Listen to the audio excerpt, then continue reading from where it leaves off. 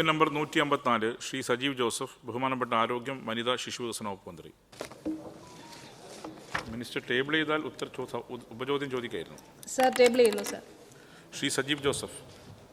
Sir, കേരളത്തിലെ ക്യാമ്പസുകളിൽ ഉൾപ്പെടെ വിദ്യാർത്ഥികൾക്ക് നേരെ നടക്കുന്ന സംഘടിതവും അതിനിഷ്ഠൂരവുമായിട്ടുള്ള റാഗിങ്ങും അതിക്രമങ്ങളും കൊലപാതകങ്ങളും നമ്മുടെ നാട്ടിലാകെ പരിഭ്രാന്തി സൃഷ്ടിച്ചിരിക്കുകയാണ് സർ. കോട്ടയം ഗവൺമെൻറ് നഴ്സിംഗ് കോളേജിലെ ജൂനിയർ വിദ്യാർത്ഥിയെ കട്ടിലിൽ കെട്ടിയിട്ട് ദേഹം മുഴുവൻ ലോഷനൊഴിച്ച് ഡിവൈഡർ കൊണ്ട് കുത്തിമുറിവേൽപ്പിച്ച സംഭവം സാർ വളരെയേറെ ജനങ്ങളുടെ ഉള്ളു തീർന്ന അവസ്ഥയിലേക്കാണ് സാർ എത്തിയിരിക്കുന്നത്. സാർ, എൻ്റെ ചോദ്യം, ഈ കേസിലെ പ്രതികളെ അവരുടെ ഈ റാഗിംഗ് കേസിൽ ഇതിനു മുമ്പും ഉൾപ്പെട്ടിരുന്നതായിട്ടുള്ള വാർത്തകളുണ്ട്. അത് ശരിയാണോ? ഇവരെ നേഴ്സിംഗ് കൗൺസിൽ അംഗങ്ങളുടെ റിപ്പോർട്ടിനെ തുടർന്ന് ഇവരെ തിരികെ പ്രവേശിപ്പിക്കാൻ അത്തരത്തിലുള്ളൊരു നടപടി ഉണ്ടായിട്ടുണ്ടോ? മിനിസ്റ്റർ. സർ, ബഹുമാനപ്പെട്ട അംഗം പറഞ്ഞതുപോലെ മനുഷ്യ മനസാക്ഷിയെ ഞെട്ടിക്കുന്നത്, നമുക്കത് കാണാൻ പോലും കഴിയാത്ത ഒരു കാഴ്ചയായിരുന്നു അത്. സർ, അതീവ ഗൗരവത്തോടെയാണ് സംസ്ഥാന സർക്കാർ കാണുന്നത്. ഒരു കാരണവശാലും അനുവദിക്കാൻ കഴിയാത്ത ഒരു കാര്യമാണ് സർ അത്. ഇതിൽ പ്രതികളായിട്ടുള്ള 5 വിദ്യാർത്ഥികളെ സസ്പെൻഡ് ചെയ്തിട്ടുന്നു. അവരെ പുറത്താക്കുന്നതിന് വേണ്ടിയിട്ടുള്ള നിർദ്ദേശം നൽകിയിട്ടുണ്ട്. അതിലൊരു പ്രൊസീജിയർ മാത്രമാണ് സർ. ഇന്നോ നാളെയോ ആ ഉത്തരവ് കൂടി പുറത്തിറങ്ങും സർ. അവരെ പുറത്താക്കിക്കൊണ്ടുള്ള ഉത്തരവും പുറത്തിറങ്ങും സർ. അതിൽ ഈ ബഹുമാനപ്പെട്ട അംഗം ചോദിച്ച ചോദ്യത്തിൽ ഇവർ മുൻപ് റാഗിങ്ങിൽ ഉൾപ്പെട്ടിരുന്നോ എന്ന ചോദ്യത്തിൽ ഇങ്ങനെ ഒരു വാർത്ത മാധ്യമത്തിൽ വന്നപ്പോൾ ഈ 5 പേരും അങ്ങനെ മുൻപൊരു റാഗിങ്ങുമായി ബന്ധപ്പെട്ട ഒരു പരാതിയിൽ ഇല്ലായിരുന്നു സർ. അവർ ഉൾപ്പെട്ടിരുന്നില്ല. Second question.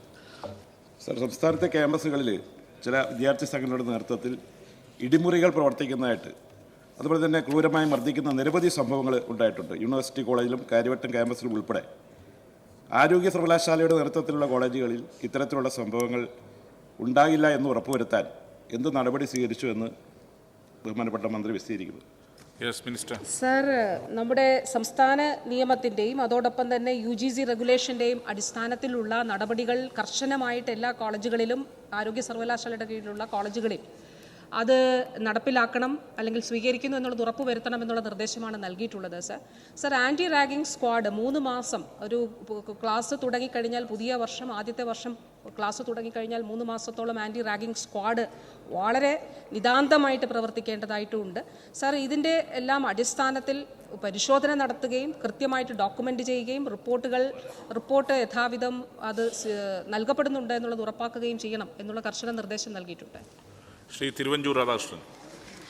സാർ, അങ്ങിവിടെ സൂചിപ്പിച്ചതുപോലെ ആൻറ്റി റാഗിംഗ് സ്ക്വാഡ് പ്രവർത്തിക്കുന്നുണ്ടെങ്കിൽ ഈ പറയുന്ന കോട്ടയം നഴ്സിംഗ് കോളേജിൽ അവിടെ സൂപ്രണ്ട് തൊട്ടപ്പുറത്തെ മുറിയിലാണ്. വാർഡൻ അവിടെ ആ മുറിയിലെ ചെന്നിട്ടില്ല. 20 കുട്ടികൾ മാത്രമായി താമസിക്കുന്ന ഒരു സ്ഥലമാണ്. 6 മാസമായി അവിടെ റാഗിംഗ് തുടർന്നുകൊണ്ടേയിരിക്കുന്നു എന്നുള്ളതാണ് ഇപ്പോൾ വന്നിരിക്കുന്ന മൊഴികൾ. സാർ, അങ്ങ് പറഞ്ഞതുപോലെ ആൻറ്റി റാഗിംഗ് സ്ക്വാഡ് ഉണ്ടെങ്കിൽ ആ സ്ക്വാഡ് വളരെ ദുർബലമാണെന്നും ഒരു കാരണവശാലും ഇതുപോലുള്ള തെറ്റുകൾ കണ്ടുപിടിക്കാൻ കഴിയാത്തതാണെന്നും ഇനിയെങ്കിലും ഗവൺമെൻറ് ബോധ്യപ്പെടുമോ? അതോടൊപ്പം തന്നെ സാർ, ഞാനൊരു ചോദ്യം ചോദിച്ചിരുന്നു. ബഹുമാനപ്പെട്ട മുഖ്യമന്ത്രി അതിന് മറുപടി തന്നോ? വിദ്യാർത്ഥി സെക്രട്ടറികൾ കോളേജ് ക്യാമ്പസുകൾ നടത്തിയ അതിക്രമങ്ങൾ, റാഗിംഗ് കേസുകൾ ഇവ സംബന്ധിച്ച പ്രത്യേകം ക്രോഡീകരിച്ച വിവരം പോലും ഇല്ല എന്നാണ് ബഹുമാനപ്പെട്ട മുഖ്യമന്ത്രി എനിക്ക് നൽകിയിട്ടുള്ള ഉത്തരവ്. നിയമസഭയിൽ തന്നതാണ്. അപ്പോൾ എന്ത് അടിസ്ഥാനത്തിലാണെങ്കിൽ ഇവിടെ മറുപടി പറയുന്നതെന്ന് എനിക്കറിയില്ല. പക്ഷേ അടിക്കടി റാഗിംഗ് കൂടുകയാണ്. മാധ്യമ ശ്രദ്ധ വന്നു കഴിയുമ്പോൾ മാത്രം നമ്മൾ ഇമ്മീഡിയറ്റ് ആയിട്ട് ആക്ട് ചെയ്യുന്നു എന്ന് വരുത്തി തീർക്കും. അതേസമയം അതല്ലാത്ത രൂപത്തിലുള്ള നടപടികൾ ധാരാളം നടക്കുകയാണ്.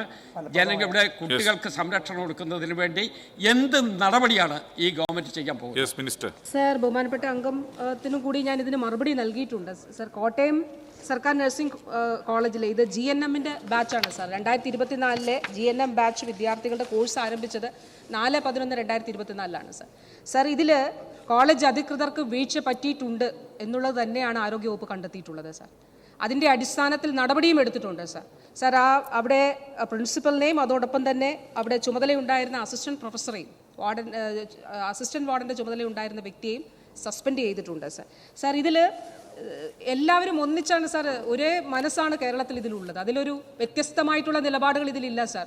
ഒരു കാരണവശാലും അംഗീകരിക്കാൻ കഴിയില്ല എന്നുള്ളത് തന്നെയാണ്. അതിൽ അതിശക്തമായിട്ടുള്ള നടപടികൾ സർക്കാർ സ്വീകരിച്ചിട്ടുണ്ട്. അത് സ്വീകരിച്ച് തന്നെ മുന്നോട്ട് പോവുകയും ചെയ്യും സാർ.